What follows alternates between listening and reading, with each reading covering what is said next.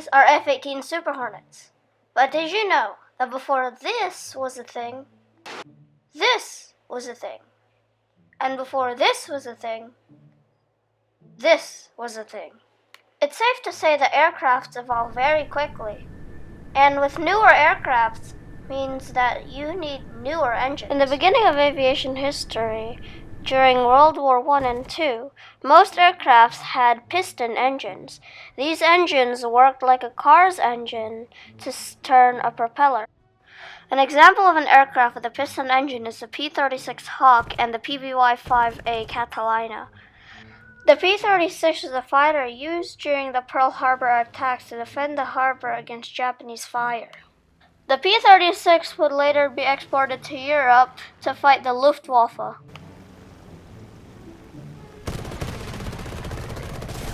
Meanwhile, the PBY-5 saw combat in the Pacific front against the Japanese. We don't have many things to talk about when it comes to the piston engine, but we will be talking about the big three: the turboprop engine, the turbofan engine, and the turbojet engine.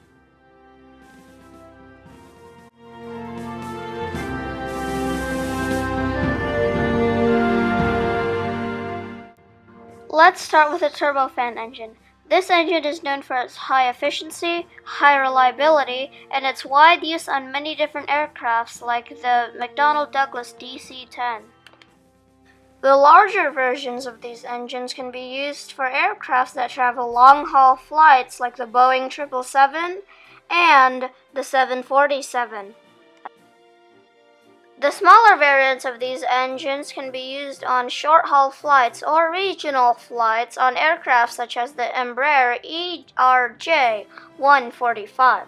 These engines are by far the most common aircraft engines. If you go to any airport, you will find an airplane that has this engine, maybe even more than one. Our example of a turbofan engine today will be the General Electric GE9X. General Electric is a company that makes washing machines as well as aircraft engines. This engine was made for long-haul flights, being on aircraft such as the Boeing 747 and the Boeing 777. The GE9X works like any other aircraft engine by compressing and combusting air inside its combustion chamber. The GE9X, a turbofan engine, is made to be versatile and allow aircraft to travel long distances across the Atlantic or Pacific Ocean. The engine also has high bypass, which means that not all of the air goes inside its compressor. Instead, it just goes through the fan at slightly higher speeds than it came in, generating thrust.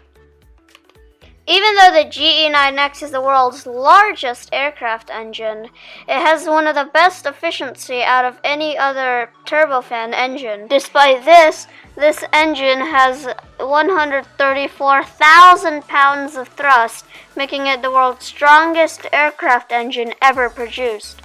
That means that a plane like this can theoretically fly from one point of the world to any other point of the world.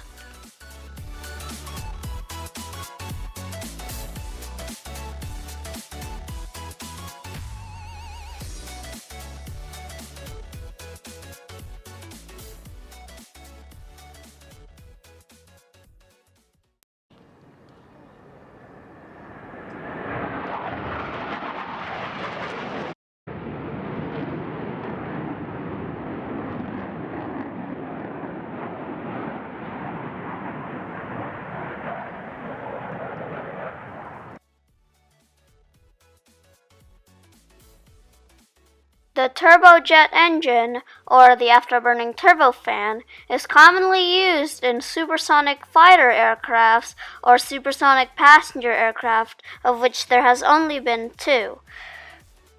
The engine itself has almost no bypass at all, meaning that almost all of the air goes through the compressor and combustor. This engine also has an afterburner, which injects extra fuel into the hot air exhaust, creating a trail of flames, for a lack of a better term. Fox 2! Fox 2!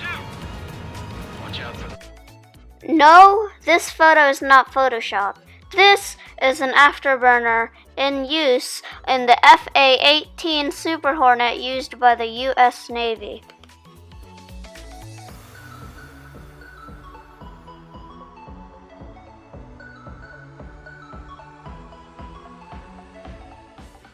Here's a better look at an afterburner. As you can see, the fuel is injected using a net, which then the fuel flies off the net and ignites with the hot air that has gone through the compressor, which acts as a second burner in the engine, which generates more thrust.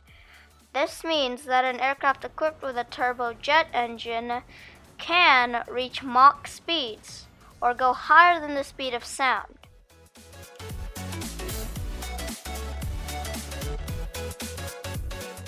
Since these engines are made to accelerate aircraft into supersonic speeds, their efficiency is quite mediocre.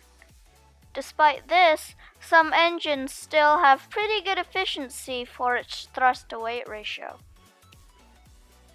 Our example of a turbojet engine today will be the General Electric F-110, which is the engine used to power the F-16 Fighting Falcon.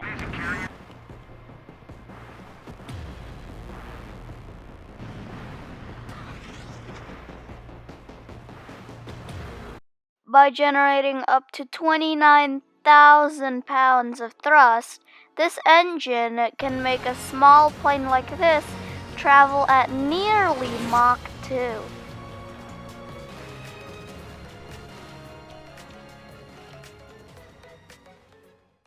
By having only a tiny bit of bypass, the engine can maximize all of the airflow and use it all in the combustor and generate a lot of thrust, at least 29,000 pounds, as mentioned before. The engine is also quite efficient for its low bypass. The F-16 can travel up to 2,000 miles. That's like going from South Carolina to Washington State.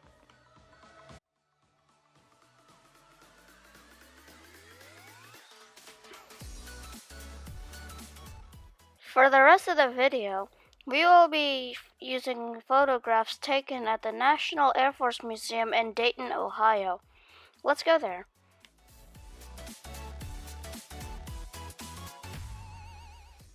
Most turboprop planes are small civilian aircrafts, but some are large, heavy military cargo aircraft such as the C-133.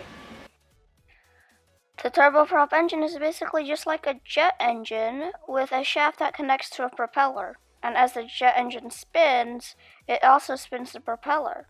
The propeller is basically just like a wing, and in the same way a wing generates lift, the propeller generates lift, but backwards, so that it pushes the plane forward, generating what we call thrust.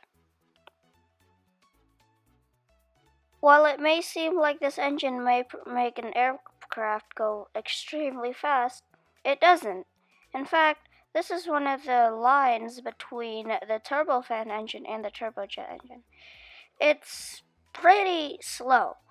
It can't accelerate an aircraft up to Mach speed for sure, and it doesn't have that good of a efficiency either.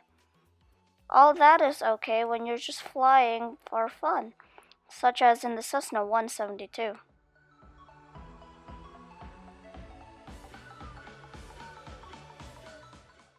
Our section about the turboprop engine is relatively short because of the fact that it is basically just a jet engine attached to a propeller, or a propeller attached to a jet engine. But this doesn't mean that it's simple. There can also be very complex mechanisms of turboprop engines, such as counter-rotating propellers. Counter-rotating propellers are mostly found on Russian aircrafts and helicopters, and features two propellers in the same shaft that spin opposite towards each other. This makes it so that the torque doesn't spin the aircraft and makes it more stable in flight. Thanks for watching. I hope you found this video pretty interesting or informative. And, well, I look forward to making these types of videos again in the future. It took me a while to make, but that's okay.